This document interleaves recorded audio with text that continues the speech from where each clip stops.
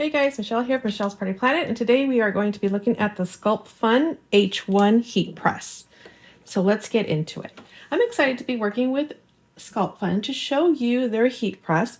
This is actually the industry's first heat press that is actually adjusted from the bottom. So it's going to raise up from the bottom as opposed to other heat presses that raise from, or actually go down from the top. So we're going to go ahead and go over how this works.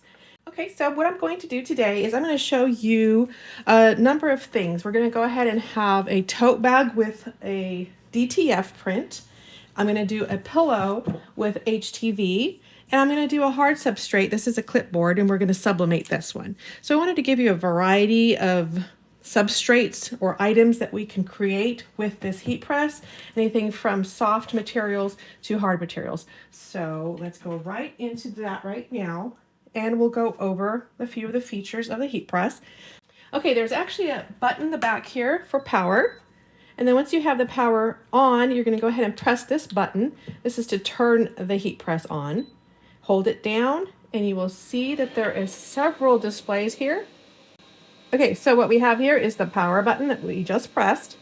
This is actually the mode preset value button. Here's the temperature button. Here's the time button and the adjustable pressure button. And then we also have a knob over here where we can actually, if we were to press the temperature button, we can increase the temperature or decrease it. Right now it's at Celsius, and we'll switch that over to Fahrenheit. And then also if we were to switch over to time, we can use the dial here to increase the time for how many seconds we need. And adjusting the pressure is as easy as pushing this button. There is a dial here. I don't know if you can see that. It goes from 1, 2, and 3. So there's like little markings here, 1, 2, and 3 for pressure. Okay, so let's see, how do we move from Celsius to Fahrenheit? What we're going to do, just holding it down, long press. Now we're at Fahrenheit. Perfect. Okay, and that's what I use, Fahrenheit. Okay, so we're going to start from the lowest temperature item to the highest. You always, if you're going to do multiple items, it's always, I always advise people to start with the lower temperature first because it's easier to heat up the machine than it is to cool it down. Before we get that started, I do want to go over the features. There is a heat press mat. It does have an anti-skid backing here. So we're going to go ahead and keep that on there. And here is the handle to open and close. And that button raises it up. It's basically your start button. Okay. This opens up very wide to get it out of your way. What we're going to do first is we're going to go ahead and press all of our substrates. We only have the 2 fabric ones. We're going to go ahead and pre-press this tote bag. You will notice there is some ambient noise. There are 2 cooling fans in the back here, one on each side of the heat press. And those cooling fans will be on while we're using the machine, and they'll stay on to cool down the machine until it comes down to a tolerable temperature once you're done using it. So don't be alarmed if you hear those fans going on after you turn it off. That's the way this is created. It's going to cool down your machine so that it can safely be stored or put away.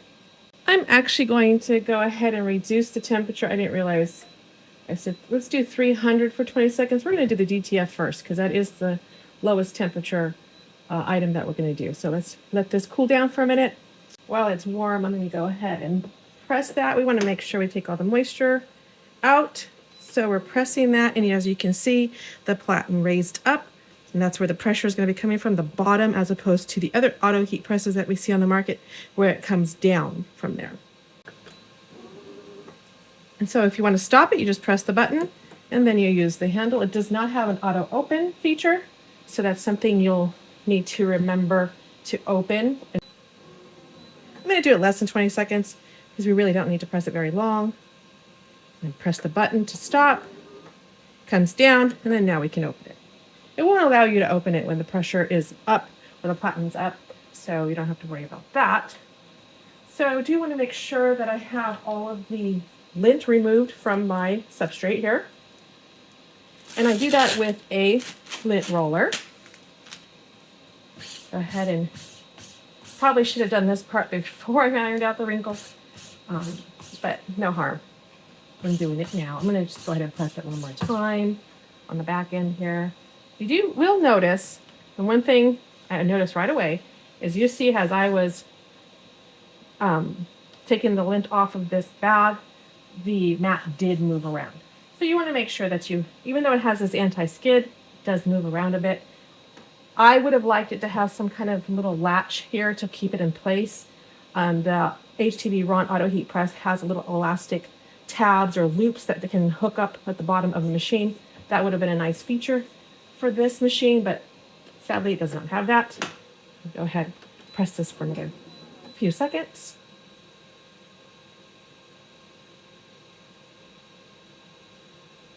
Should be good. Okay, go ahead. I do like this open space. I am not at risk of actually getting burned by working on this open space. And this is a 15 by 15 work area, which is very nice, large work area. It's going to be larger than the Cricut Auto Press, and it's going to be very comparable to the HTV Ron Auto Press. Okay, we're going to start with DTF. Like I said, I have my DTF print here. We're going to be pressing it for 300 degrees at 20 seconds, or 300 degrees for 20 seconds. And I'm going to go ahead and just fold this in half. If you don't know this trick, here you go. What we do is we fold our HTV, our sublimation, and our DTF prints in half like that to kind of center our item onto our substrates. And then I also like to fold the item in half and do a quick press to give me a line down the middle. I line up those two lines and we're pretty much centered. That should be good. Now I have a line down the middle of my garment or my tote bag. And I could do it this way, but because of my workstation here that I have set up for filming, I don't want to get too close to the end over there. I could also do it upside down. I can do that. That's pretty easy. Let's do that. That way we can see the line here. And then I have the line in the middle of my DTF print right there. And we'll just line these up. That's about center. For DTF, what we do is we want to make sure that we put a Teflon sheet over that. Now you're not going to want to use Teflon for sublimation. For sublimation, you'll use parchment paper or butcher paper. But for this, we are going to use Teflon, and a sheet does come with the machine. So we're going to go ahead and increase the pressure because we are doing DTF. We want to increase the pressure. I'm putting it on the three notches. Should be good. And then we're going to go ahead and bring it down and push the button. Again, that platen comes up from the bottom. All the adjustable pressure comes from the bottom as opposed to the top. And we have the timer here at 13 seconds so far. And as soon as it goes to 0, it will beep, it will raise, it will go back down, and then we can open it.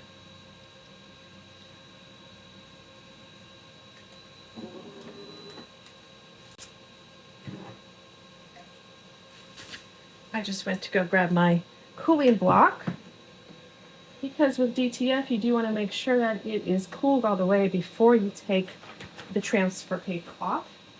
So I'm going to go ahead and remove that. Let's cool this off with the cooling block.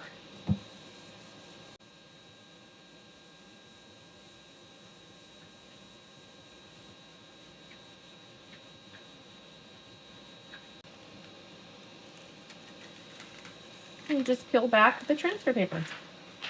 And again, with DTF, we want to do a quick repress. So what we're going to do is put this back on the mat. We're going to put the Teflon sheet back over that. We're going to press it for about, I'd say 5 seconds. I'm not going to change the timer. I'm just going to look at the digital display here. When it gets to 15, I'll stop it. This is just to make sure that that DTF print is embedded into the fabric. We'll go ahead and remove that. You can see it looks very nice. It's pressed in there very well. And with this DTF print, it is so soft and pliable. It is very flexible, as you can see. not real thick. So it is going to look really nice on t-shirts as well. So that's our first project using DTF with this new SCULPFUN heat press. Now let's move on to the pillow. We're going to do the pillow next because that's the next temperature up that we need to do for HTV. And we actually cut a design out of the Cricut glitter HTV. So I have just a simple image of a book lover. We're going to put that on a pillow. Let's go ahead and press this pillow. We do have a zipper here. I'm going to go ahead and leave the zipper on the side out like that. We're not going to be pressing on that anyway, I don't think. We'll see. And then we'll go ahead and press that to get the wrinkles out. Well, I should actually get my lid roller. Just press this real quick and then we'll move the temperature up for this HTV.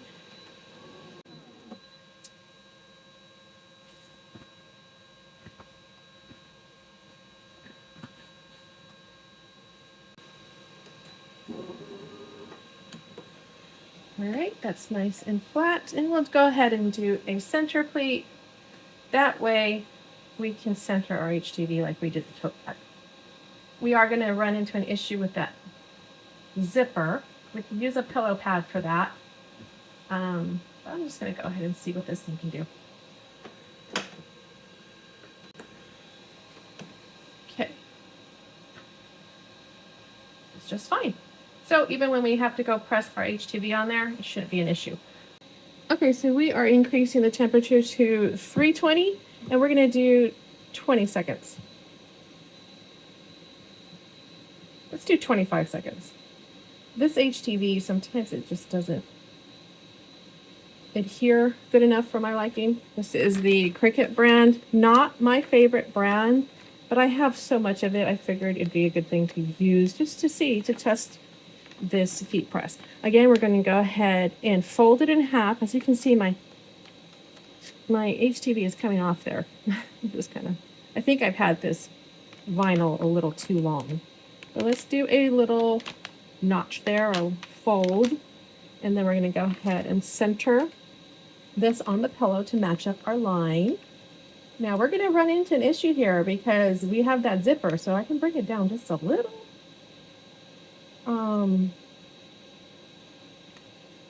But again, if we don't do these tests, how are we going to know?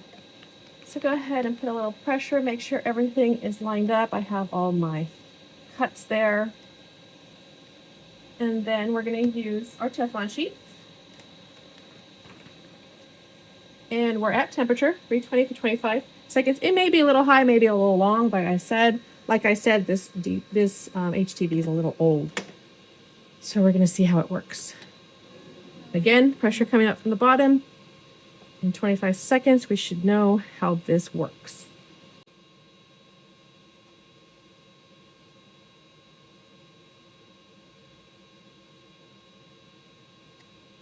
Oh, I didn't decrease the pressure. I should have done that. Well, let's see what happens. I think I could have gone with a second notch over for HTV. But we're going to see how that works. And again, with HTV, you're going to want to cool it down.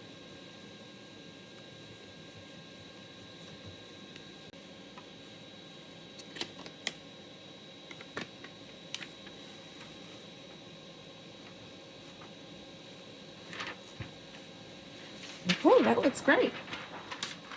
Even with the zipper, there was no problem. I don't have any lumpiness. I don't have any lumps or bumps. So I think that is pretty impressive for some old HTV. It did very well. We can just add our pillow stuffing in there. And we have a cute little pillow for the book lover. It's good for a book nook or whatever. A little reading corner. Okay, these clipboards are from PYD Life, and they're made of hard wood, and they do have this protective film. You're going to want to make sure you remove this before you do any sublimation. It's easily removable. Okay. And then the temperature we need for this is going to be 356 for 60 seconds, and we're going to use medium pressure. And I'm going to go ahead and grab our butcher paper so we can create a barrier between the sublimation ink and the heat pad in platen.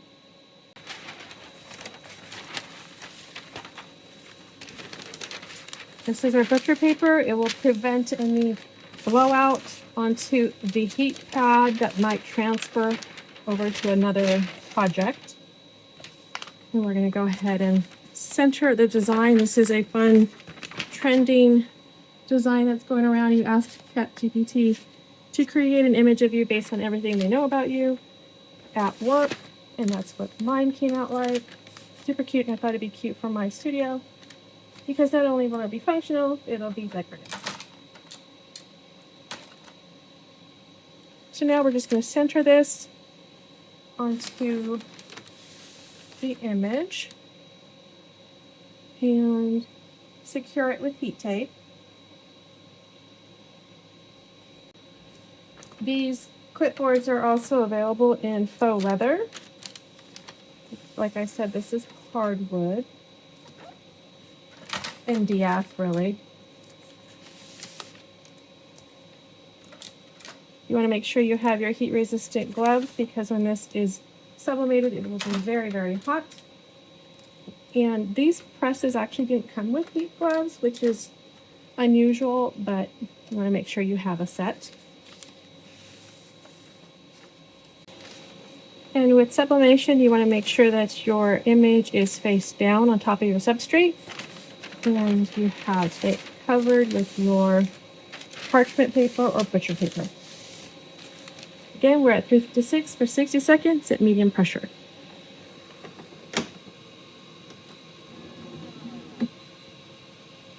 Do you want to say there's also a timer up here up top so that you can also see the display there.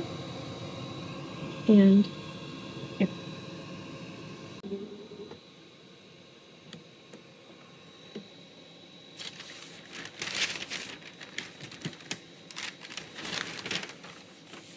Super cute.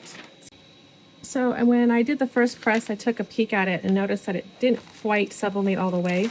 So I did it again for another 60 seconds, and I think it came out perfect. So now all we need to do is add the hardware, and this project will be complete. Okay, so that's a wrap. We did a tote bag with DTF. We did glitter HTV on a pillowcase, and we did a sublimation project on MDF using the SCULPFUN heat press. So if you have any questions or you'd like to see more projects using this heat press, let me know down below. And also I'll link the blog post that I have that has more information on this heat press. And don't forget to like, subscribe, and follow for more. Thanks for watching.